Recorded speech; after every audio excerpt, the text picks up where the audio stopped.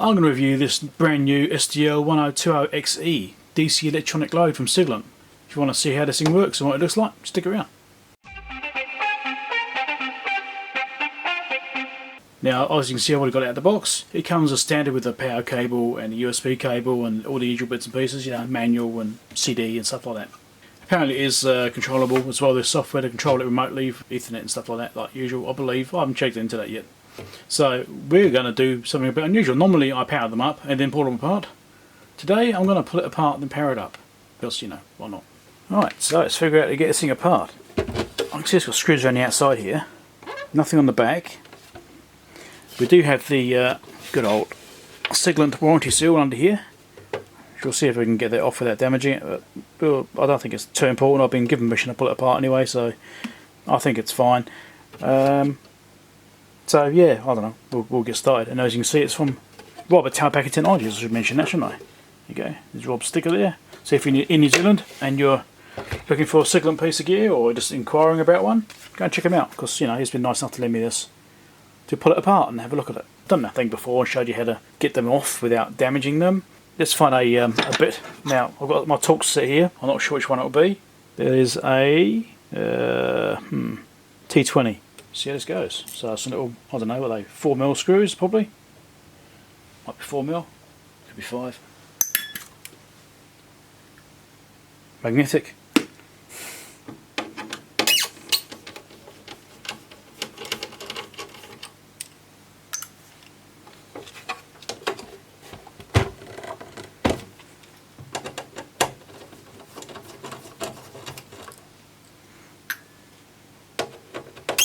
I don't know if I have to take all these out. Well, you know, we're going to find out together. Do I need them all out? I just need to take out some of them. I really don't know. I'm assuming all of them to get the bumpers off.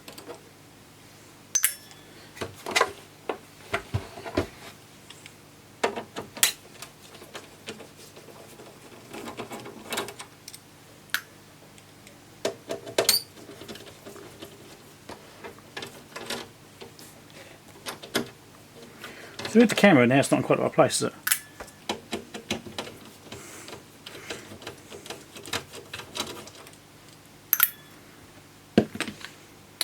Alright, it's bumpers. Left. Right. Okay. Yep, all our screws did have to come off. So that's correct.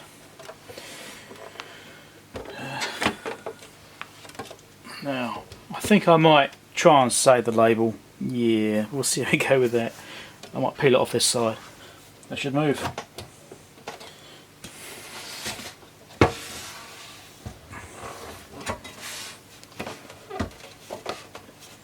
Kind of move. It did move a little bit. What's stopping it now? Okay, figured out. It is the tilting bail. Now, we need to take this off. This is a nice little feature of the Siglent devices. A lot of them have this. You just put the tilting bail in a correct position, you can actually remove it without taking the casing off, right? In this case you need to take it off to get the casing off, which is fine. So, as you can see, they only pull out so far and they stop normally, right? But if you go into the right position, you can actually take them right off. So let's fold this over. And you put it around and you get to the right place and it'll just come off, there we go. Just like that, because it's got, say, like a keyed position on here. See that? See that key on there? So you've got a little slot on the side of the unit. Right, so obviously the key's got to go through that hole, and then you can get it off. So yeah, that's what that's about. Not too hard really. You just don't force stuff. You just figure it out. Okay, so let's roll this back over so I don't accidentally rub the label across the bench. Being so careful to try and preserve it.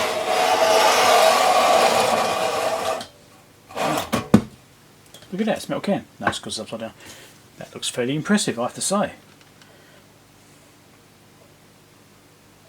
Yes. Rather nice. So you've got some nice big MOSFETs down here. They are IRFP250N. Now I believe that's the same transistor, the exact same transistor, which is used in the manu, however you pronounce it, manu DC electronic loads, which is what I actually own. I've got one of those loads. I think it's the same transistor that's in there. Sounds familiar. I'm pretty sure it is. Anyway, so what we've got in here, so we've got a main power supply coming in. Let's try and get a better look at this, hold on. So obviously main power supply coming in, IC connector. You have the phase and neutral coming straight to the board here. We've got the earth going to a nice ring terminal, bolted straight on, that's nice. Straight to the chassis, can't complain about that. They've got glue on these connectors as well. See they're all glued down so they don't come loose. Shouldn't really be an issue anyway. So at those there, you've got some protection there, got some MOVs. Wiring here, comes up here for the voltage selection, which is just here. Okay, here's the back in case you haven't seen it before. Should really show the outside, shouldn't I? So then we have, in the front you've got the main transformer. So obviously those wires come down to here for the voltage selection, and even like that, so that's always just passing through the board there, but obviously I can't look underneath because it's got the metal shield, so you can't see exactly what's going on there, but my guess will be it will just link through. So the power cables must go through the back here to the switch on the back, and then come back through these main feeds to the transformer, and then those come down to the main board here. Yeah, something like that. Got some extra wires here too, which may be the main supply coming out. Also got this nice big resistor here, 3 of them in parallel. Yep, 3 parallel resistors. And interesting, there's room for 1 more. There's actually room for 4. I need to do some of my lighting, this isn't bright enough. Anyway, look, see there's room for 4. Maybe that's used for the higher current version, because this is a 200 watt version. There's also a 300 watt version. So maybe this is like overrated for the 200 watt. So it's got extra, you know, plenty capacity there, and let's stick 1 more in for the 300 watt. They've got some more MOSFETs and stuff down here too, because this can do 150 volt input. Smoothing caps and stuff down there. Main terminals right at the front there. See them coming straight to the board. Straight onto these big tracks. So that's all bolted nice securely, double bolting. 2 bolts, that's great. If I try move those around, there's no sign of any movement in them. They look nice and solid. Oh look, there's some more transistors down the back here too, look. See those? There's some more. I've got to sort this lighting out, this is just not working. Hold on. There you go, that's better. Got some more lights behind the camera now. So then you can see down there, still a bit of shadow, but it's better than it was. So you can see there's 6 more MOSFETs down the side of there with resistors on them as well. So these be a very low value resistor which just links them all together to ensure that they balance properly. Otherwise you might have one MOSFET does a bit more work than the rest and that sort of stuff. So it's not a common balancing technique. So that's all fine. So it's 6 per side. So that's 12 of them in there. I'm not quite sure what the specs are. So we've got a big fan here as well. Well, a fan, I wouldn't say it's a big fan, but it's obviously adequate. Right, let's find out how big this is. 60. Okay, 60mm fan. Shouldn't know it's not a 40. Oh. So that's a 60mm fan. So that's, you know, alright. Obviously it blows through the extruded aluminium heatsink here. So it obviously goes just straight through. Can we see the profile inside there? We can. No, you can just see the profile. You can see the individual fins in there. So yeah, gives plenty of cooling. Good surface area. Alright, so that side of it looks pretty basic. Now, what else we got here? Voltage and current monitoring output on here. So at the back of there, so you got current monitor, voltage monitor. So they fed out this little board on the back here. It's also got some kind of serial connection going to it. It might be direct driving, I'm not sure. So you've got an ARM microcontroller right there. Another ARM controller over here. So it's probably one that's doing internal monitoring, just doing like the actual current and voltage and power control, and you know, because they do like simulated resistance stuff like that as well. So there's probably one controller here just doing actual controlling of the actual circuitry and the current, and there's probably another one over here which is likely just doing the display and the keyboard and all the front panel control stuff. That's how I think they have it set up. If you look through the back there, you can see the keyboard's pretty much just, you know, straight on there like that. Pretty simple connection setup. Ribbon cable there. I might pull that off as well. Have a look. I think I might take those terminals off here, so I think I'll take these off here. We'll take the front panel off. Why not? It looks like it's pretty simple to get it off. So we've got some other heat sinking down here in the back, so it's probably just some Local voltage regulation. If you have little MOSFETs, you've got some auto isolators here, you can see those by the package type. Some more, was that 79115 package there as well, some more voltage regulators. Can you see what I see here? Bodge wire. Green bodge wire, right there. There's always one.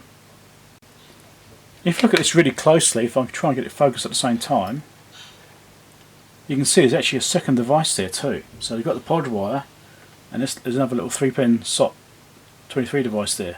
Maybe it's a diode or something. Interesting, also you had to do a slight redesign something. Oh, that happens. Oh, let's get this front panel off, let's have a look.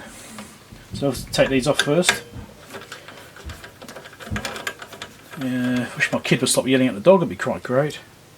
I'll be right back. Okay, child hold off, moving on.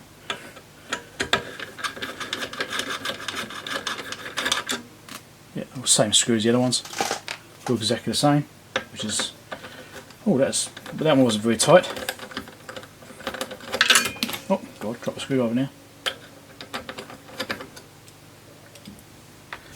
So there's no locking washers on these, which is something I expect. That wasn't very tight either. That was interesting. Let's check these ones on the board. Yeah, not that tight. Well, there might be some spinning because there might be a nut on the back of the board or something. Yeah, there might be a nut on the back. Okay, let's get the front panel off, which I think is just going to be these. I think I can leave the bumpers on. Yeah, that wasn't tight either. Here's that one. Be interesting. Let's take the ribbon cable off before I forget. Let's put a bit of tape on the back, yes there is. Sometimes it's easier to do that. It's not the most convenient place to try and get your hands into. Anyway, this is a nice convenient access hole. Nearly there.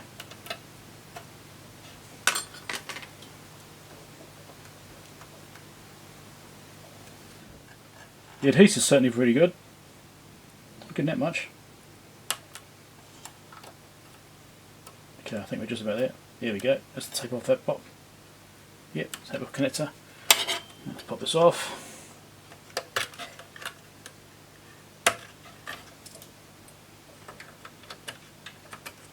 So it should now allow me to pull the ribbon out. It has. Right, flip it over. If I take these other two screws out, I think the whole thing will come away.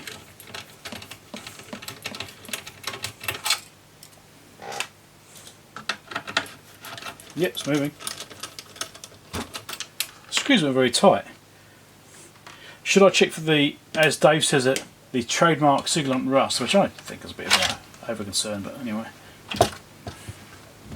There's that part. There we go, it's a nice view from the front now. So what's underneath those screws there? That's those nuts under the bottom there. There we go. That's what I was telling you was going to is those nuts here. So they could probably do with being tightened up a little bit. I didn't feel that tight, but obviously this sort of thing, you don't want to go too tight because you might damage the circuit board as well. You have to be a bit careful, but they didn't feel that tight. I think they might need a bit of a tweak up. And yeah, so there's the sounder. I think there's a setting in the software anyway to turn the beeper off. I don't know, I'm powered up yet, so I'm guessing. I imagine there is. There usually is in the Siglent gear. Can you hear something? Like moving. You probably can't hear it, but you can hear something. Are there ferrite beads somewhere? I can't see any ferrite beads. Well, I can definitely hear something moving around. Might require some more investigation. Yeah, I'm pretty sure there's some ferrite beads in there somewhere. There's more than one thing rattling around. Hear that? Yeah, I'm pretty sure some ferrite beads underneath the circuit board or something. Obviously some kind of suppression, stop noise getting through. Yeah, nice. Right, to the front panel, let's have a look at that. Right, here we go. So you've got some nuts on the back of that. I imagine they're tight. Do you think I should check them? Bit of shielding around there, ribbon cable going through to the back of the front panel. We'll take this apart and have a look. So it looks like it's got some smaller torque screws on here. Yep, there's some metal standoffs there from the PCB. Although the PCB might come with it. Oh no, that's screwed to the chassis as well. It's called, so the PCB is screwed to the back of the front panel. You can just see us, maybe, I think you probably can't see it in there, but there's a screw just there. So we'll take the shield off and have a look. Let me guess the next one down, which is a T15. Is that right? No. That was a bad guess then, wasn't it? It's not a T15. I mean, it's probably, what's the next one? 12, was it? 10. T10. Yep. Talks 10. Let's have a look.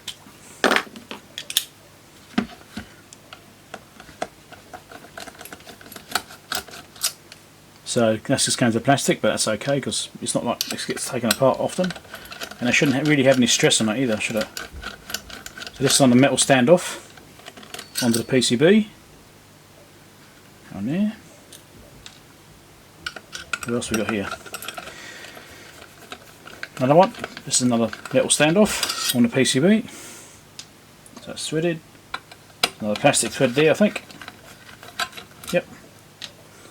Another plastic one here.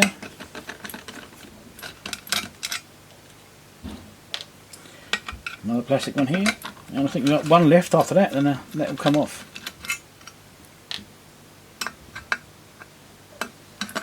Right. There we go. Just lift this off.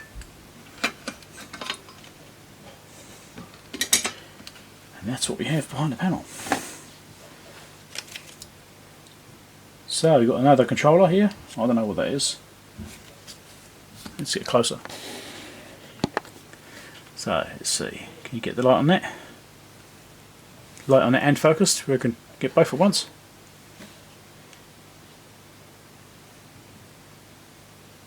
It says SDL1030X-E Does that make sense to anyone? I certainly don't recognise it. So we've got probably a little voltage regulator there, I'm guessing. Also you've got a flex that goes to the actual display there. All very nice. Pretty simple. Some other device here, what's that? See what that is? That's as close as I can get. There you go. Whoever that is. HC595. Oh, okay. You'll recognise what a 595 is. Okay, and there's that chip there. Which, try and get the light on it. Yeah, that's all cool.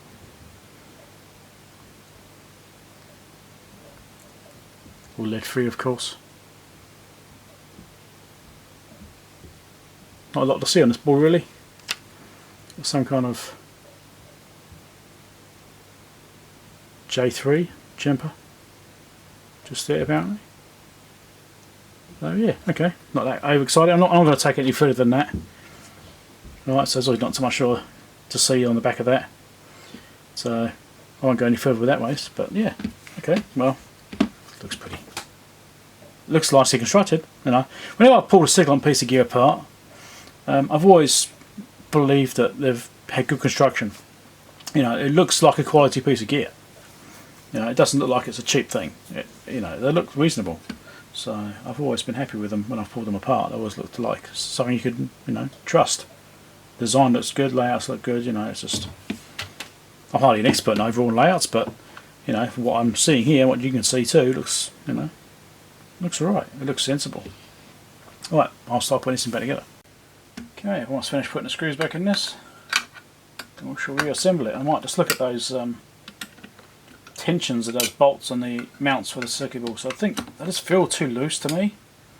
When you've got high currents, you need to make sure you've got decent tension on the connectors. I mean, I could be wrong, it could be fine, but just my paranoia. Who knows, they've probably got some kind of torque spec they use at the factory which says how tight they should be. I mean, I don't know, but that's the sort of thing you expect there to be, a torque setting. But I don't know. I'm losing track which ones I've done and which ones I haven't. Here we go. I've done them all. I must have done them all by now. Right. It's put this back on. As far as the whole, as Dave was saying, the trademark Siglent Rust, which nonsense thing really, it's just not really a worry. Because of metal pressing, the way it works, the sheet, I'll explain this to you because I used to work metal pressing many years ago, and the the metal press sheet, this comes pre-coated, right? And when I press it out, it's covered in oil and all sorts of stuff like that. And they press it. And when I press it, they punch out the holes and that sort of stuff. And that obviously breaks the contact. Like this coating is then, it's not inside the metal, it's only on the outside. And the right hand here, that's punched out and around there as well. And as you expect, there's some slight discoloration. There's no rust, but it's discoloration. Because there's no longer the protective zinc coating on here. Whatever it is zinc? I think it's zinc. So obviously, because that's not there anymore, you know, it's just not going to do the job, is it? So it's just natural now you've got bare metal with no coating on it, and the oil residue which is on the steel usually is removed during manufacturing. So they'll actually put it through a degreasing process and actually remove the oil and grease of it, in order to make it easier to handle later on without getting dirty and, you know, getting oil everywhere. It's part of the process, it's a degreasing process. And so then it's probably up to that point it's fine, there's no rust, but once you've done a degreasing process, things like these punch outs and the edges which have been cut out will likely have issues with rust developing, because it's the way it is. Let's check these other screws. I'm a bit fussy about screw tensions. I tend to be expecting a bit tighter than they are. These are okay. They're okay. I'm just a bit fussy. Alright, so let's put this ribbon back in. I don't know if I can do this with you be able to see what I'm doing. I don't know. Is that way going to work? Maybe. I might be able to do it that way. If I want to take back. In here, so it doesn't impinge upon the ribbon being pushed back in. Make sure it's not pushed down too far. Right. Make sure the connector is up. And slide that in. You have to obviously make sure it seats right down. It's a bit awkward what I'm doing now. I'm going to have to do it this way. I just can't really feel what I'm doing. You have to make sure it beds down properly. Definitely goes to the bottom of the connector. Like that. It's definitely gone right in. Right. Put the locks down. And put the tape down. We're good, so it's definitely fully in. Don't notice it's coming loose. Let's put these back in. I mean, it's all just basically reversible. I step when I pull it apart, isn't it? Really, it's not really that hard.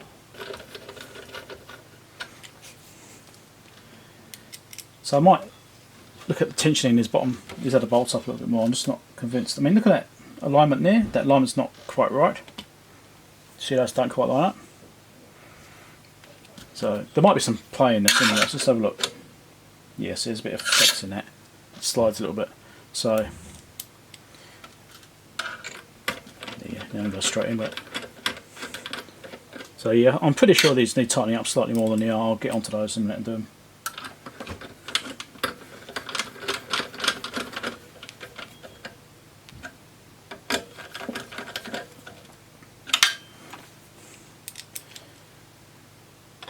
Yes, it looks good. I mean, half the parts on this board, I'm not going to analyse it all. I probably should do, shouldn't I? Really, it's part of the review, teardown sort of thing. Probably should do something like that. So let's have a look. Let's look at some board information, shall we? Let's do that.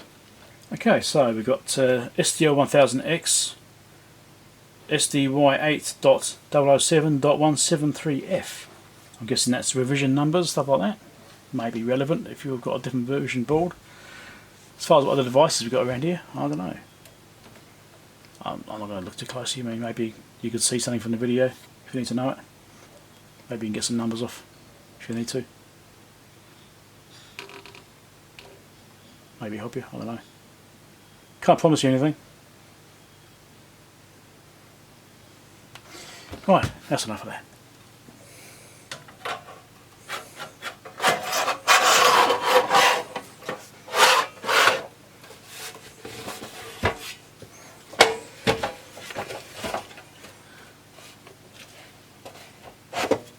Slid in all the way. The screw should still go in as long as I haven't got the front panel misaligned. I might have the front panel misaligned. Maybe.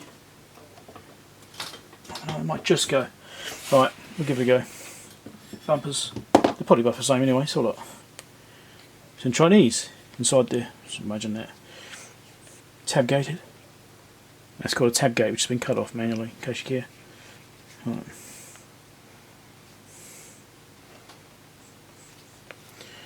What that Chinese writing says? Anyone? Let's get some screws in. Hopefully.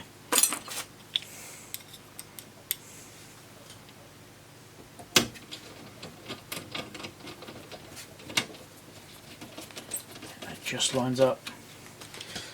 Is it going to go in? Justin. Who's Justin? That's not going in.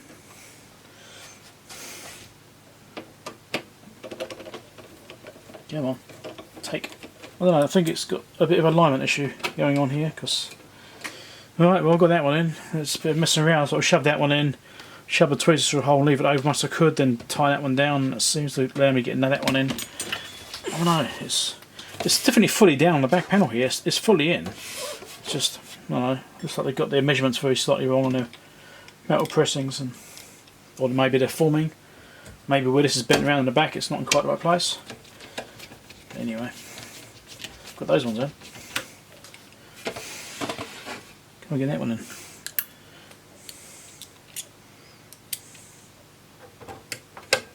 It's not like you really meant to pull it apart anyway. Not normally. Got no reason to go in there.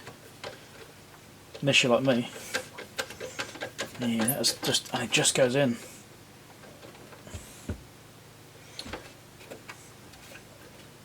Yeah. Oh. I'm not convinced that's alright. Also have to be careful how much you tighten this down, because you're not actually tightening to metal, you're tightening to the plastic bumper. So how tight do you do that? I don't know. Alright, let's put the other bumper on. See if we can get these screws in. Hope it still works after this. We'll find out in a minute.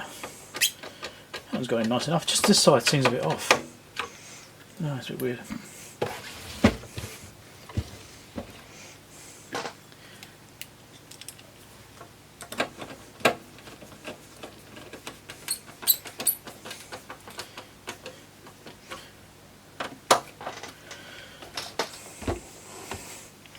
Oh, we get the parent up soon. Go play with it.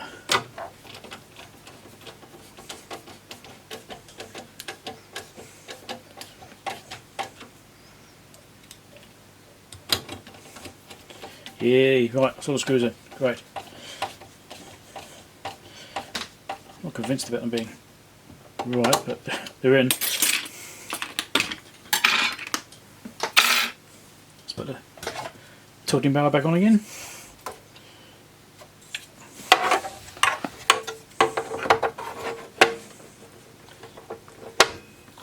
There we go. Done. Right, we should power this thing up, shouldn't we? Let's plug it in. Hold on. Restore the seal. We never opened this up, did we? No. What would we open it up for? We've got nothing. Not got no reason to open this up. Okay. Then a bit of a rub there. Look at that. Just like I bought one. Ta-da! Okay, it's back together. Obviously you just saw. That's tilting barrel fitment. It seems a bit, I don't know. This is the way it beds in. I don't know. It seems a bit tight in the holes maybe. Okay, it's back together. I've got a power cord plugged in. Let's power it up. Let's see what the thing looks like. Oh, I should count. Hold on. Let's time it. See how long it boots up. Ready? Yeah. Yeah. Try and get shot at the same time. My arm doesn't twist that way. Okay, hold on. Let's do this. We here? Right. I'll wait until we get round to 0. See how long it takes to boot up. It's 5 seconds. 10 seconds. 12 seconds. 12 seconds to boot. That's not too bad, is it? Okay, well, let's see what we got here. Now, obviously, I've got my studio lights here, so they're going to make it look a bit darker than it really is in real life.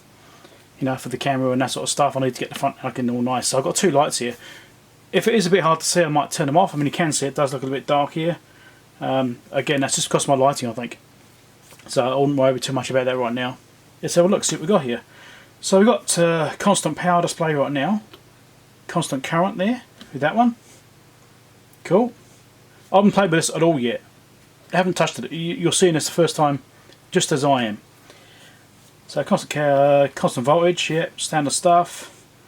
We've got a shift, which means you can do LED testing, which does like current limiting on stuff. I think it does like a set of voltage current things. That's like an LED, so you can test LED power supplies, not the ceiling lights, you know, that sort of stuff. Actually, it's handy. I need to do some testing on that. So you've got constant resistance as well, so you can set the resistance value, and constant power. Okay, and short. So I guess that like shorts terminals to go internally or something. So then doing nulling. Display options. So you've got a graphing display, by the looks of it. So you can see what the actual waveforms are doing. And there's 2 pages. So you've got time for over 4 seconds. You've got the data sources, current, voltage, power, resistance. You pause it. You can do printing. Page 2. Playback and recording as well. You can record the data. So I'm guessing it uses the USB port, which is just here, to do that kind of recording. It may be internal memory, I don't know, but there's definitely a USB port. I expect it to use that. Storage, just have a look. Local storage, yes there is. So you can maybe store locally as well. Page 2 does the same thing, interestingly. So yeah, I guess when I put a flash drive in here, someone will come up. Actually, just plug a flash drive in. I've got one here somewhere. So let's plug that in. See what we get. Here we go, little beep. And it showed up in the display there. So here we go. Yep, you can use that to set stuff. So there's my firmware for my Siglents. Oh, that's my multimeter. I used it for my last. Here's on the multimeter. Firmware updates. So yeah, that's fine. Is there an eject? No, there's no eject there, is there? No, there's no eject, so I'll just unplug it again then, I'm guessing. So that's that part. So, shall we try setting something up? Let's do constant current, for example, and let's take a guess. Let's try and figure out how to do this. This is how we set it down here. So I've got current range 30 amp, 5 amp, 30 amp. So that's got a high and low range. Very similar to my I don't know how you pronounce it, Maynao, the M9712, which I have. Actually, I'll show you. I've got it sitting right here because I've been doing some calibration work on it in the past few days. This is my own load. This is the one that I use. Okay, so this has actually got very similar specs, except this is 300 watts. This Siglent one here, this particular model is a 200 watt one, not the 300 watt one. There's a 300 watt version as well, which would be basically directly comparable to this. So this is 150 volt and 30 amps, right, which is the same specs as this. So it's very similar, only the difference is it's got a lower wattage rating, right? Total dissipation is not quite as big as my particular load here. But as I said, this is the 1020X-E, and the 1030X-E is the 300 watt version. So there is one the same as that, as my own load. So yeah, anyway, so that's got high and low range as well on mine. That's, I think the M9712 is 3 amps, the low range. Yeah, 3 amps, and then 30 amps. So this is, difference is this, that gives you more accuracy. If you want more versatility, obviously you on 30 amps. The same thing for voltage as well. So look at this, what does this one do? 36 volts, 150 volt. Alright, so high and low range. The same as my other one as well. That does 20 volts as this changeover position of mine. So this is probably a bit better actually, a bit more versatile. So current, this is where you probably dial it up. Yep, you can dial it. That's an enter button. So you then use cursors to change the digit you want to change. Okay, so you've got like 1 milliamp resolution on this particular model. And I'm guessing we can also put in numbers in here. So let's go 9.9. Enter. 9.9 amps. That's a bit easy in dialing up, isn't it? I do like keypads for this kind of thing. And I like the way they've got this laid out, 1, 2, 3 across the top. More traditional number scheme, rather than going backwards like some units do. That kind of drives me a bit nuts personally. I prefer this layout. So good on your Siglent for doing that. Can you see this little bit of an overlap here? That may go away when I change. There we go. Say time measure off. It's because it's overlaying that. So in case you thought that was a bit weird, that's what that is. because I've got the menu open. Effectively, it's a little sub menu. Slew rates. Yeah, I don't care about those. Not what I'm doing. But some people may care about what the slew rates are. This is constant voltage. Different setups. Alright, so again we've got high-low range. Yes, we do. High-low, oh, missed it. High-low voltage because I'm looking at the monitor. And voltage settings. So this is basically what I'll do. You set a voltage you want it to maintain. And it will just draw whatever current it needs to maintain that voltage. So that's what that's used for. Constant resistance. Very similar. It'd be high-low range again, I'm guessing. Yes, it is. Checking everything. Milliamp range. Resistance range, so milliohms to ohms or ohms. Does that depend on what voltage we've got set here? What makes this one come up? The current? No. There's also a reason why you can't get this range here. 30 milliohms to 10 kilo ohms. I'd like to know why that is turned off. So I don't know why this is. I should read the manual, so I might come back to this if I can figure this out. But I would have thought that'd be available anyway. So obviously here you're simulating a resistor. So you've got a fixed resistance, it's simulated fixed resistance through the MOSFETs, and you can tell it what resistance you want, and it will then load that across the circuit. So you can use that as a way of testing different loads. It's not something I've ever used, I have to admit, but then I'm sure there's times I should have probably used it. I haven't. Constant power, again high-low range it looks like, yes, on both of those. And you can choose how much wattage you want to draw. So obviously that's going to be up to the maximum power. So let's see what the lowest we can do is. Can I do point of a watt? Yes, I can. That's also an interkey there. So 1.11. Let's go 1.11111. What does it go down to? So there we go. That's the lowest resolution we've got. All right. Is 10 milliwatts. So that's the resolution we get on this one. Could try changing different current settings, see if that does anything different. Let's have a look. It's always nice to find out. No, it's still the same, so that doesn't affect it at all. Okay, that's right. That's the basic functions. So you've got dynamic. So I think this is when you do dynamic loading, so you can actually program. Yeah, you can program a profile for what you want it to do. You can't see it quite well. It's a bit. See the greys there. My lighting is drowning out a little bit. See if I can turn some lights off. Let's just try and tone it down a bit, see if I can get those to colour out. There you go, now you can see them. Hopefully. I'll turn this one around as well. Now you've got shadows on the panel, but you can see the display slightly better. There you go. Right, so you've got the widths there. So you can set the pulse profile and the slew rates and stuff like that using this method. Again, you can use different ranges. So you can constant current, constant power, constant resistance, constant voltage. Continuous testing or pulses toggling and ranges. Page 2. Currents A and B levels, so switching between currents and the pulse times and the slew rates. So that's all easily configurable on a front panel. If you don't want to do like pulse testing, easy enough. Let's go to auxiliary. So OCPT, over current protection, over power protection, battery, so it's got battery charging. Yep, you can do battery charging on it, so you can set up a profile for that. Okay, nice. List various steps, if you want to set steps up for this. I'm guessing that's for setting up a profile again for different, a bit like the auxiliary, the dynamic testing. It will go through steps and do stuff like that. I think you can program 5 steps by the looks of it.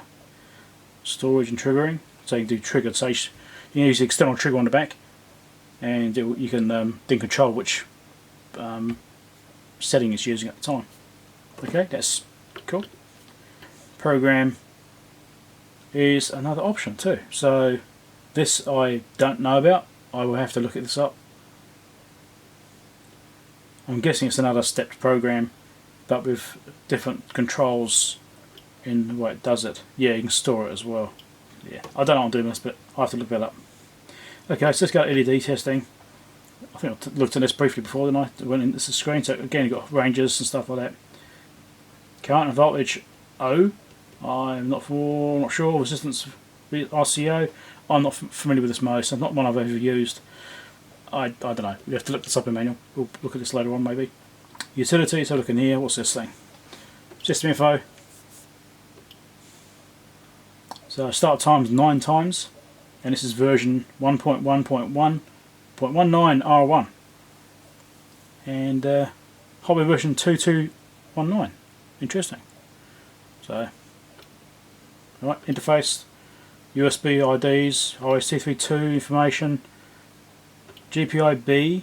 That's if you're using a GPIB to USB adapter, so you can set the GPIB address. I mean, Siglent Cell 1 as an accessory. I don't know if it's also compatible with third-party GPIB adapters like the Agilent ones, stuff like that. I don't know if they're compatible, but I know Siglent Cell 1. LAN address for the Ethernet ports. Sound, if you want to turn key presses on and off. Tips, apparently, he's got tips. I have to find that, actually, must be there somewhere.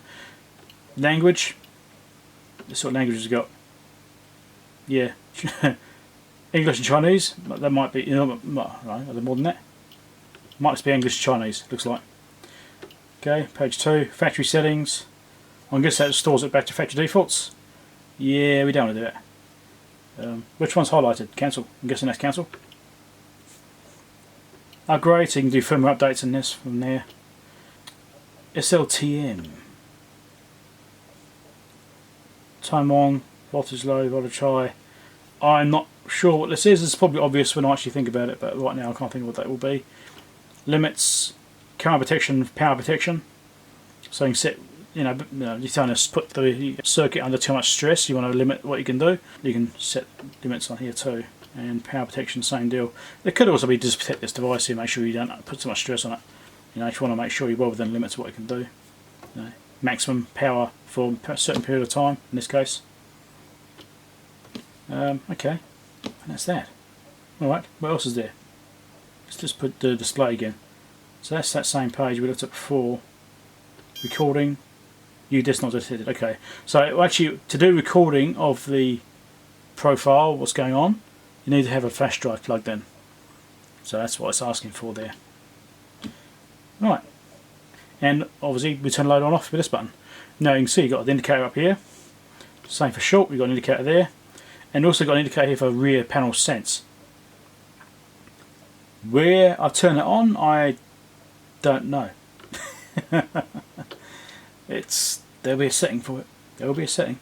So let's go to utility. It must be in there. Configuration. Trigger manual. It's external C. External switch. Current monitor and voltage monitor. On those, there's 2 ports on the back, which hopefully you saw it before when I did the teardown part. You got these 2 BNC connections at the back to do monitoring. So you can plug those into an oscilloscope, for example, and you can graph it on an oscilloscope as well, and see the waveforms and stuff, which is quite nice.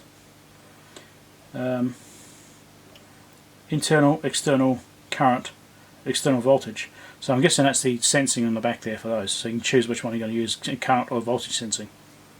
Nice. Okay. Averages as well for smoothing out. Manual triggering. Yeah. Don't know what that does. Sensing. Remote. Voltage remote. There we go. VRMT. Voltage remote. So that'd be rear panel sensing. You can turn it on off with that. Nice. SOF. SOF. I don't know what that does. Voltage on. I don't know. Again, I'm going to need to read the manual for some of this stuff. I haven't gone into that much detail. So that's the basic control. So we should actually hook this up to something. Chuck a load on it. I've actually been calibrating my own load recently because I tried to get it improved as far as accuracy. I was trying to tweak it and I actually made a big mess of it. So I had to start all over again. Anyway, it involved me having to buy a big power supply. This is a 75 amp 5 volt power supply. So I could load the thing up with a big enough power supply to be reliable. So I've got this high current supply which I can use to test this. I've also got my normal bench supply over here, which you can see, which I can also hook up to this and just do some basic testing on loading and stuff like that. Now if I use this one, I can use the current shunt, which I have here somewhere. You have to excuse the mess because it's all a bit bodged together. And I'll hook the shunt up, excludes the wire colours. This is what I had laying around. I can just patch it together quickly. And I can hook this up with these cables and load this up and see how this thing performs, you know. And as I've got the shunt in here, I can measure the voltage across the shunt and work out what currents I can calculate it to be versus what this says it actually is. Just to, you know, a rough verification. I mean, this shunt isn't perfect. I know it's supposed to be 1 milliohm shunt. It isn't. I think it's about 1.12857. Just to give some idea, right? That's what I've kind of calculated to. Over the past few days, it's between 1.12820 and 1.12860. It's in that range, but I think it's around 57. Yeah, anyway, I won't go into all that. I've figured that out. Having a 6.5 digit multimeter kind of helpful when you're trying to measure stuff. I couldn't actually measure with the full wire resistance either. I couldn't get a good enough reading of it. Too much EMI interference in my room. So I can hook this up and do some high current testing, which would be nice. You can load it up to the max and see if it copes alright. But first we'll start with some low voltage stuff and low current. This is, you know, this can do, you know, 5 amps or something. So we'll just do a nice gentle test on this. We can use the low range on this as well and see what resolutions we get and that sort of stuff. And then we can change over to the high power one and do it again. Okay, so I've got my power supply turned on. I set at 16.6 volts, but that's not precise. I know it is slightly out. It does change very slightly. It is a linear supply with a electronic control, so it's not perfectly aligned. It's only different places as well, so you know it's close. As you can see, it's close.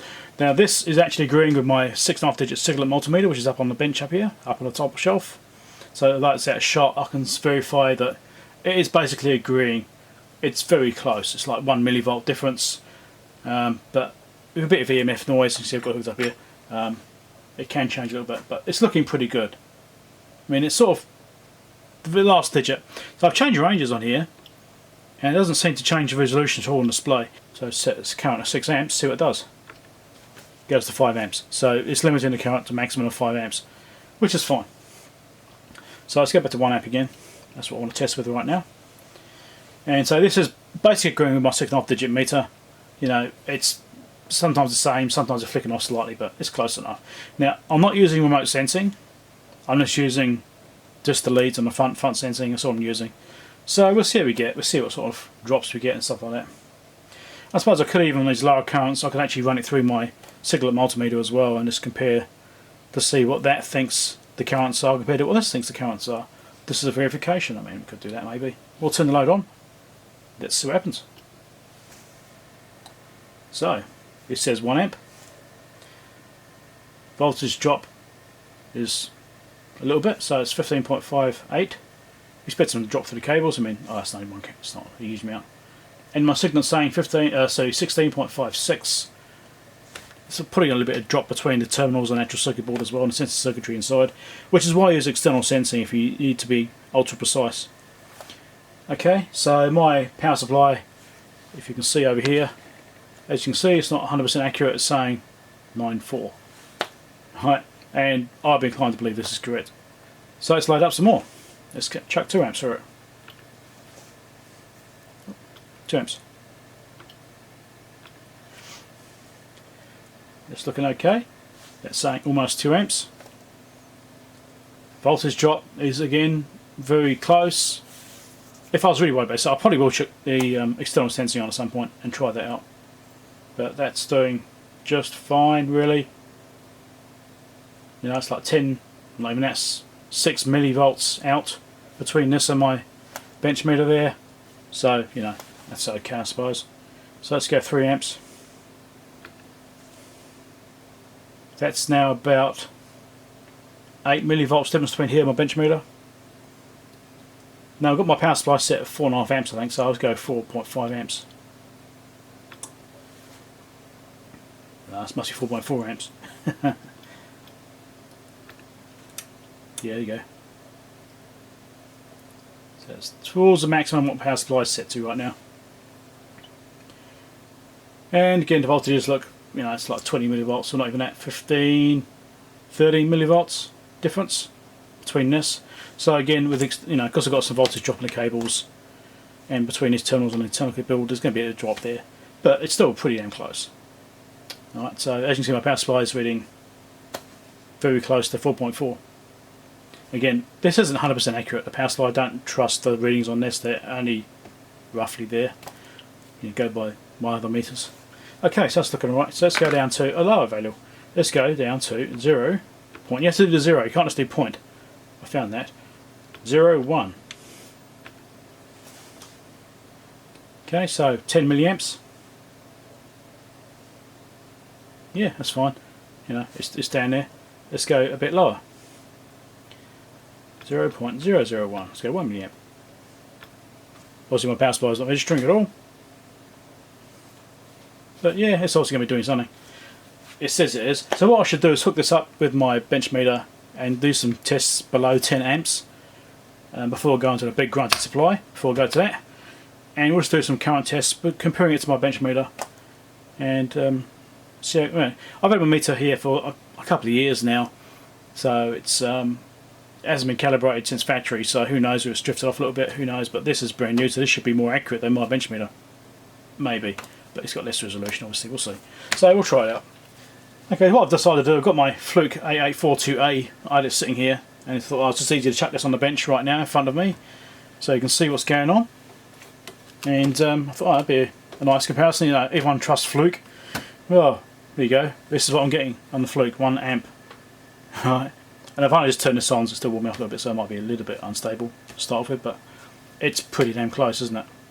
The Siglent obviously will be something similar. It's a bit harder to see it up on the shelf up there. So that looks good. So let's try a different. This can only go to 2 amps. I have to be careful not to go over 2 amps. If I do, I'm going to blow the fuse or something. So mustn't forget, don't go over 2 amps. So 1.999 amps. Right there, what that can do. It's like, yeah, 1.9. Let's do 1.9 amps. There you go. Alright, it's just ranging's a little bit high. Let's do 1 milliamp over. Apparently, either this or is it this reading a little bit out? I don't know yet. I'm going to plug this into my Siglent because that's still set up for current, and we'll see what I get on that one. I've also got a Fluke 45 sitting here too. I should fire that one up. That can do 10 amps. I might even get that one down and swap it out. We'll see how we go. Let's plug into the other Siglent, and that's saying 1.897 is what my Siglent's saying. So this is slightly closer. So my Siglent hasn't been calibrated since factory, so you know it could be a little bit out. Let's try the Fluke 45. Let's see what that thinks. Because that can do up to 10 amps. I might even pull that one down, but it's only 4.5 digit, it's not quite as good. Okay, so you want DC amps. And my Fluke 45 is saying exactly 1.9. If we go to the slowest range, I've got more digits. 1.9004 is what my Fluke 45 is saying. So, yeah, between those 3 meters, I'd say the Fluke's reading slightly high. This one's reading slightly high. The Fluke 45 is reading closer, and my Siglent 6.5 digits reading roughly about 3 millivolts low, or 3 milliamps low, sorry. Make a choice, which one's which? Which is the most accurate? I really don't know. You know, calibration is maybe an option, but yeah, I haven't done that. It's pretty damn close anyway, isn't it?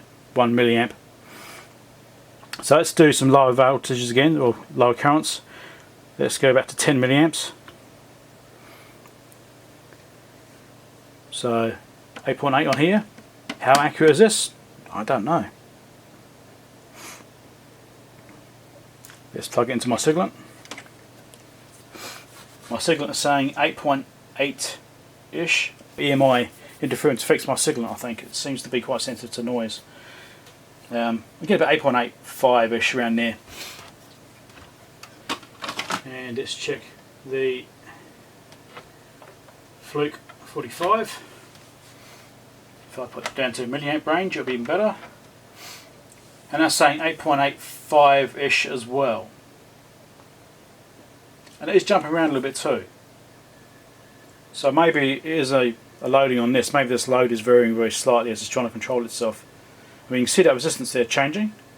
So maybe there is something there about that.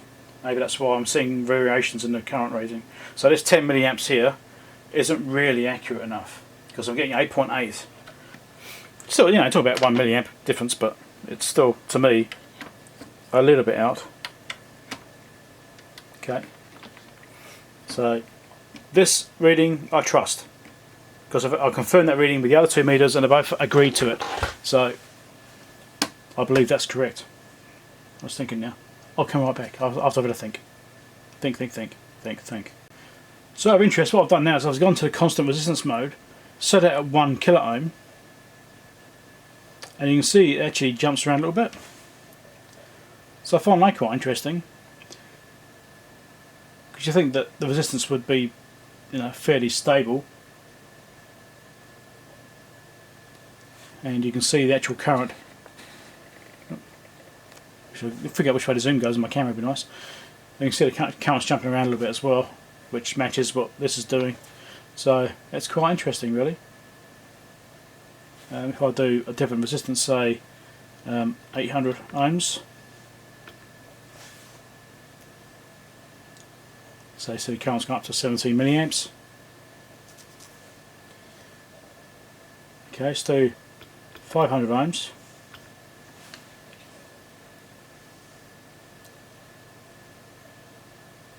Yeah, I don't know, it's just, should that be really be jumping around like that? If I change ranges, so change that first. I did turn off load. Okay, set it twice then.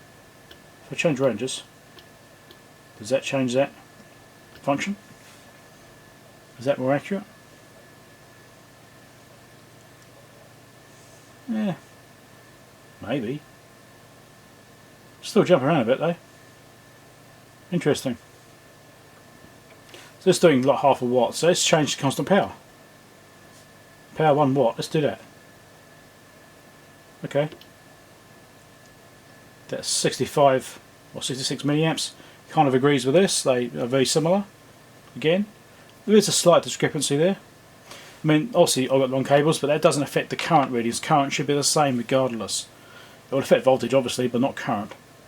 So that may be affecting the voltage readings because of the voltage drop, but I'm only drawing 66 milliamps. There shouldn't really be much of a loss through those. And again, you can see the resistance jumping up and down. That's interesting, isn't it? So what I'll do now is I'll hook up my big load here and we'll measure the voltages across the shunt. Now, so the shunt isn't exactly 1 milliohm, I know it's wrong. So the voltages you see here won't be exactly correct as when it says to what the current actually is. So we'll come back to that once I've got that set up. Okay, so I've got my big 5 volt 75 amp power supply up and running, and I've got my shunt here. I've got my cables and stuff hooked onto that. So this is me measuring the shunt voltage. Remember, I said that my shunt isn't exactly 1 milliohm. Okay, it's about 1.128 something, I believe.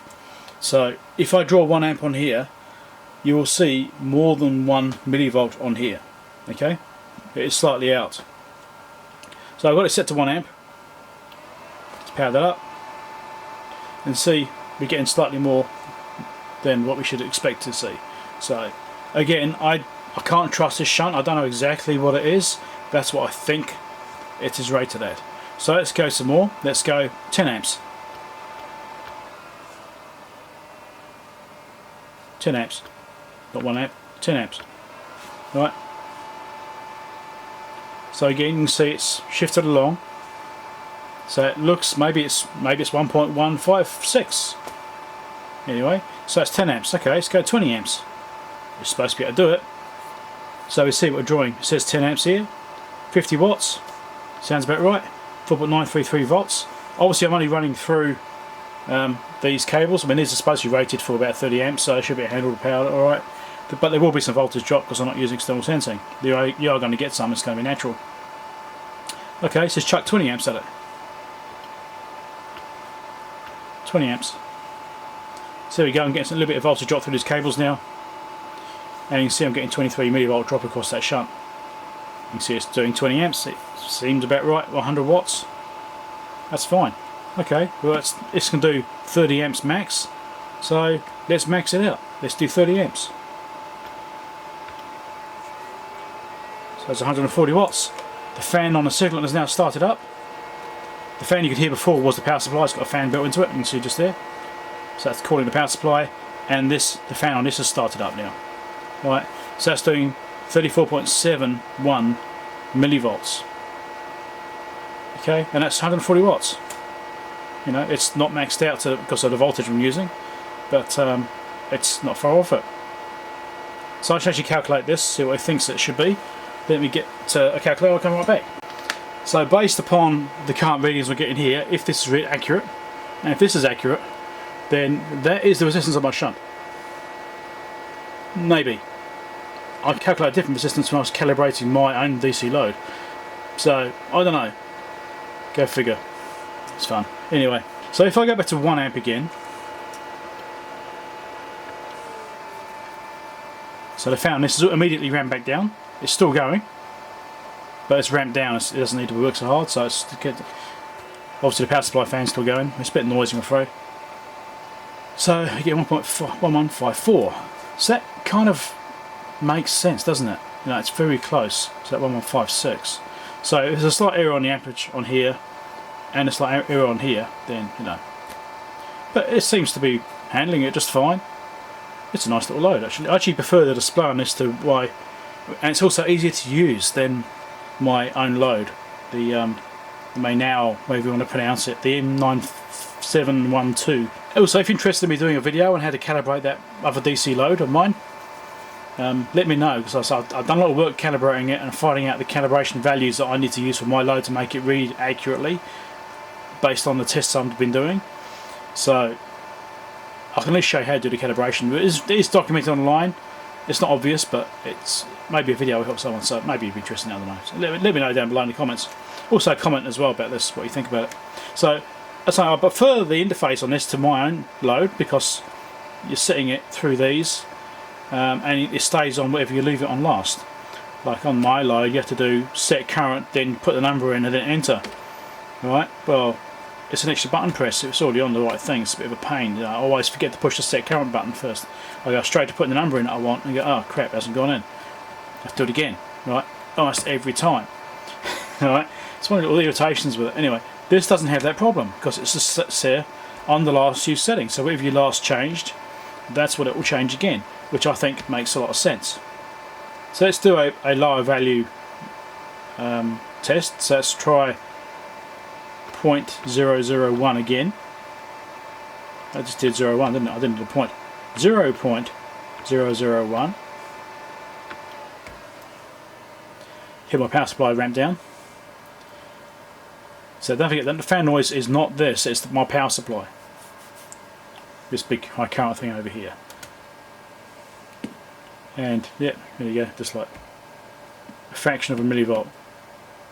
So this is like agreeing at least. It looks about right. So yeah, so the shunt isn't quite right, I know that much, but so you can't. It's a shame, I'd like to get it exactly right. Yeah. Anyway, I bought some more shunts, hope I can get one which is closer. I'm waffling again, aren't I? Maybe. So let's get back to 30 amps. Well, if I put in a high value in 30 amps, what's going to happen? It should hopefully default to 30 amps. It'll either say no, you can't do that, or it will default to the maximum. So let's try just 44. What happens? Default to maximum. Okay, so that's fine. That's a nice simple behaviour. So at least if you're not quite sure what maximum is, you can just hit the maximum, you know, hit number, and it will go to max. That's fine. 140 watts, thereabouts. I could crank up my power supply voltage to maybe increase the wattage. Let's give it a bit of a turn. There you go. Now I'm getting 160 watts, 5.33 volts. But that's obviously with the voltage drop. Turn the load back off. What am I getting now? 5.8 volts. The shunt's getting slightly warm. There's hardly anything in it. It's a 50 amp shunt, so I should be able to handle it. Anyway, let's put this back down to 5.1 volts, which is what I tend to run it. Okay, so this is the back panel. I've still got it powered up and turned on. It's all like still going. So here we can see the various sense lines and the options on the back. So let's just get a bit closer and have a closer look. So you've got current monitor, voltage monitor, which we saw in the menus. You can turn those on and off. Then we have, let's get this power cable out of the way for a start. Obviously a line switch. 110 volt to 20 volt, and the multi-way connector here. So this has got sense lines, positive and negative, external program, I'm guessing positive and negative, ground, trigger, on, and VF. I'm not sure what VF is. RS-232 port, LAN and USB port. So these are for your networking to remote communication with the unit, and you also use it for GPIB and stuff like that too. So I need to hook up into these two wires here, hook those straight on power supply, and see what we get as far as external sensing when I'll try to turn that on. Okay, so I start putting these wires in. I've got one in already. Let's get the next one in. These wires don't have to be very heavy wires because they're only sensing voltage. They're not really carrying any current, minimal current. So let's tighten it up. See, I've got it in place. Yep, give it a little tug, make sure I'm not going to fall out. That's fine, so now I can shove those around to my power supply. Alright, so I've got the power supply hooked up again. External sensing is connected. So now we've got to go back into the utility and turn it on. Voltage remote on. So that should be what's read on the power supply remote sensing on the back there. So now we should be able to turn the load on and see what the power supply's actual voltage is on the output. So isn't that very different? So we go to remote sensing. I can't if the load is on, so I have to turn the load off, turn the local sensing, and that's the voltage drop at the terminals. So that shows you how important it is to use remote sensing when you're using significant loads, or you've got, you know, cables which are a bit small for the job really. See, it's not dropping by much at all on the power supply output, even with 30 amps running off it.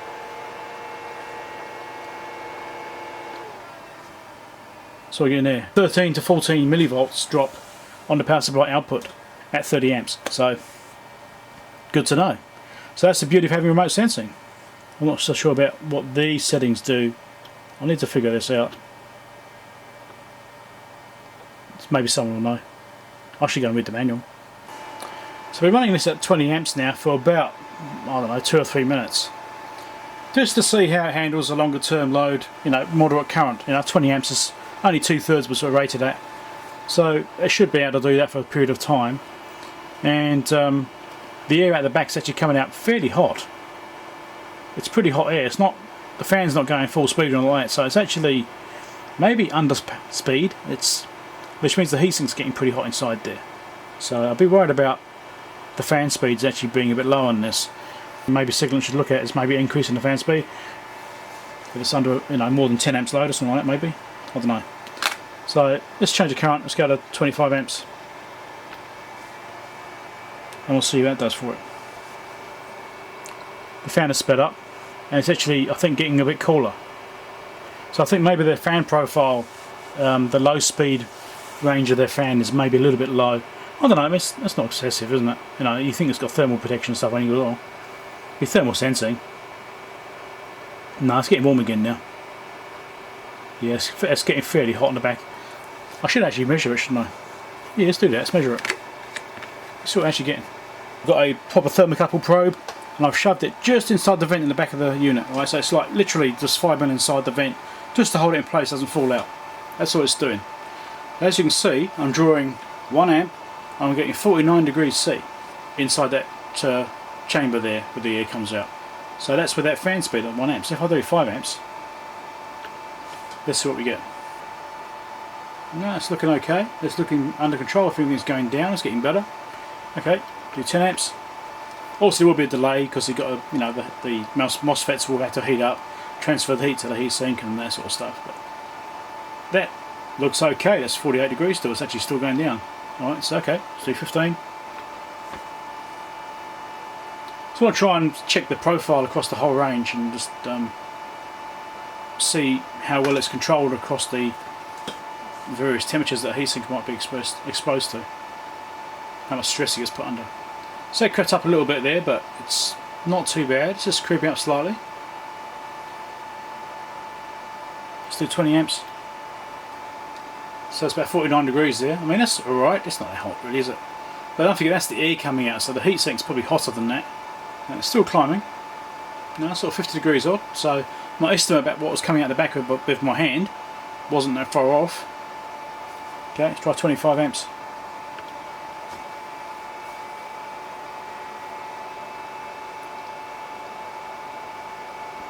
And the fan's ramped up a little bit there now. but it's still climbing. It's not climbing drastically though, it's pretty well under control, isn't it? It's not, you know, suddenly skyrocketing like that, it's just gradually creeping up. I don't know if there's a spec for the actual duty cycle of the current on this thing. There might be a spec for it. It says it should be like an on-off time for, depending on the current rating. Maybe it might be 30 amps constant, it might be 30 amps on a 50% duty cycle, you know, 5 minutes on, 5 minutes off kind of thing. Sometimes things are rated that way. I should read the manual again. I've got the manual, I should really read it. You see that's still creeping up, 52, 53 it's going up to now. Okay, let's do 30 amps, let's max it out. The fan's ramped up some more. Let's see what happens, maybe it'll start going down. Well, it's still climbing. But it's not horrendous. I mean, yes, it's hot coming out, but it's not horrendous. I mean, I have to wonder what the heatsink temperature actually is though. Although the probe might be touching the heatsink, it could actually be measuring heatsink temperature. It's possible. And as you can see, I've gone back to external sensing again, that's why there's nothing showing up top here. So 55 degrees, I mean, yeah. Depends what you're using it for. I mean, are you going to do long time high current testing? I don't know. But yeah, still going up.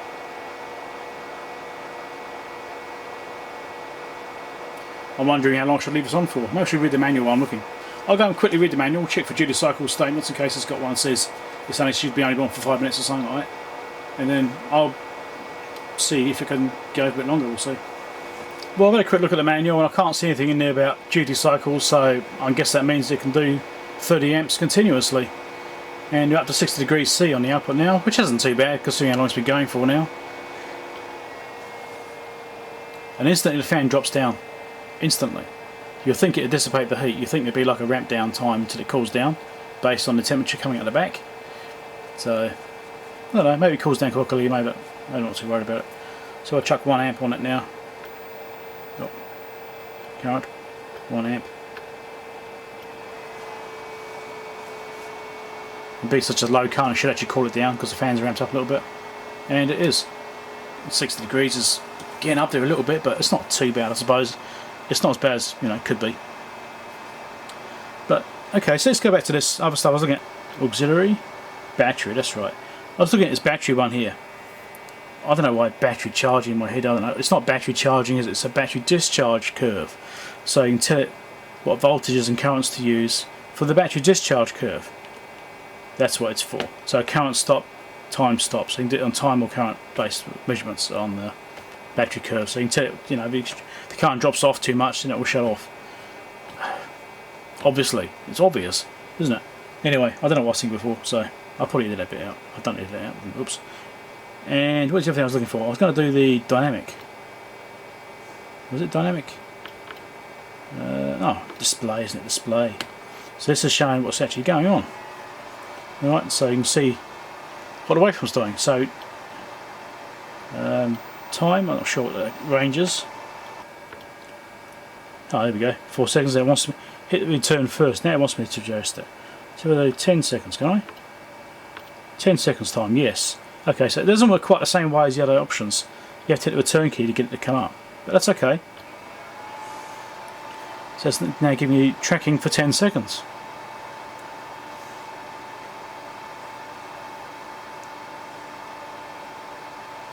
This is switching between 1 amp and 4 amps. You see that? So that's doing the dynamic testing, which would be over here. It's doing this. So A level is 1 amp, B level is 4 amps. So that's what it was doing then on that load testing. Because that's the last mode I've been into. Right, so we've gone from 0 to 1 amp to 4 amps. And obviously this is going to be actual readings. So this is actually showing what it's really doing. Let's go to voltage instead. So you can see what the voltage is doing as well. how that's responding to the current draw, which is a nice thing to see. See, it's now come up, that's sagging. So if you want to just do some basic monitoring on it, then you can do that. It can also do a whole bunch of other stuff which I've kind of not covered actually. It can measure rise and fall times of power supplies, so if you're monitoring like I am right now, you can actually do monitoring of that. So I'll tell you what those are, just what I was kind of doing just then with the dynamic stuff. So that's what this is basically doing here. Alright, so with those slew rates you can measure what it's actually doing. So if I go to the display again, if I made that a much shorter time, you'd be able to see those slew rates a bit more easily, I suppose. So you can pause it, and then so you can actually analyse them, I guess. Let's do constant current like that. That's normal display. So if I do that now, it should just be constant and show what's actually going on. So if you're just trying to monitor something really basically, you can do it on here. Or if you want more detail, you can use this outputs on the back and hook up to a oscilloscope or some other piece of measuring equipment. You can do it that way. This be a voltage output after all. And the LED testing thing, which I kind of touched on before. If you set what the forward voltage is of the LED, you can set that up and it will maintain that set voltage to simulate an LED of that voltage and absorb whatever current you want this thing to absorb, and you monitor the way that the power supply for an LED unit would work. So if you're trying to test a buck or boost converter for a LED pack, like a downlight or something like that, then you can actually test that module, and by pretending, making this act like it's an LED. So I haven't done it, so I'm guessing, but that's my understanding, which isn't maybe wonderful. But I'll just show you what this thing actually comes with as well, since I didn't do it at the very beginning. So it comes with a standard power cable, of course. You expect that. It's New Zealand ones, which you've got the insulated pins as required these days. A lot of Chinese plugs you get from overseas don't have those insulated trails on the pins, and they're supposed to have one. So then we've got the software CD. I'm guessing it's on there anyway. I haven't actually looked at it, see what's on it. It might just be manuals, you never know. You've got a quick start guide, and tucked in there is probably the CalCert too. Yes, it is, CalCert. So it tells you information about what was used to test it. So I used the SDL1030X to test it, which is what I've got up there on my bench on the shelf. And it's using an IT6513A power supply. I'm not familiar with that. I should look that up actually. You never know, maybe I can pick one up. But yeah, obviously this is calibration stuff to make sure it's obviously functional and at least within tolerance. And these are based on 23 degrees plus or minus half a degree. So was that plus or minus 5 degrees? Plus or minus 5 degrees. My room here is about 20 degrees right now. And obviously the old quick start guide, it just gets you into it. Basic information to start with, information about the unit, what functions it has. We'll go through a manual on the computer as well. I'll get the computer on, get it going, and I'll go through like a screen capture and show the details on there, just to get you up and going really. A lot of this stuff you don't really need to read if you're familiar with test equipment, but there may be some in here which you should probably be aware of, so read them. Got a troubleshooting guide in the back, basic troubleshooting. So yeah, that's what it comes with. Obviously it comes in a nice big box as well. Plenty of padding. Siglent do really good packaging, I have to say. They do good packaging. Right, that's that part. Oh, and a USB cable to plug into the back. USB-B to USB-A. Standard thing. There is software for this. I don't know if the software is going to be out in time for me to actually review the software as well. I believe they're making it right now, so they're trying to get it done in time to do a review video. We'll see if I can add it in or not. If it shows up in a video, then I could do it. If not, it'll be out very soon. I know they're working on it. If I've still got this here, then maybe I'll fire it up and do a second video, do a follow-up video, cover anything which people have questions about. So if anyone's got a question about this unit, how to use certain functions, please do chuck it in the comments down below.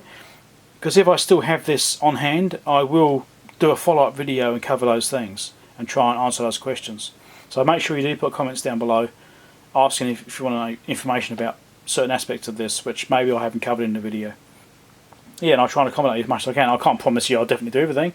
It also depends on if I've still got the load. If I've given this back to Rob as a loaner for me to do the review, if he's got this back, then obviously I can't do those follow-ups. But so the sooner you do those follow-ups and ask those questions, the more likely is that I'll be able to do that, and I'll hopefully be able to help you out there. And that's the plan anyway. That's why I try and show you these things, to help you out and give you a bit of awareness about what's around. Comment down below, have a chat. I want to hear what your opinions are of this, what you think of it, how you think it compares to maybe you've already got a load, maybe you want to do comparisons, those sorts of things. I want to hear what your opinions are.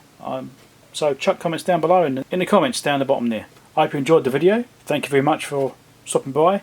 Make sure you give me a thumbs up. Definitely give us a thumbs up. Share the video to people which might be interested in one of these loads. And although my video isn't particularly structured, I show how a newbie would find it, which is probably how you're going to find it. Yeah. Hopefully you found it entertaining and interesting. That's what I go for. So thumbs up, subscribe if you're not already subscribed, very important, and click the bell icon.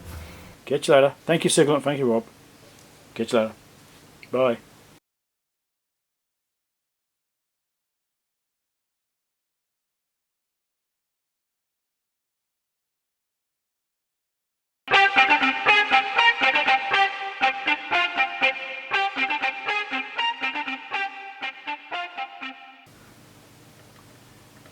Let's see, main power supply in, we'll probably go from here to the back here to this switch at the back. Try and get in shot. I'll start that again, shall I? Dumb bastard. Right.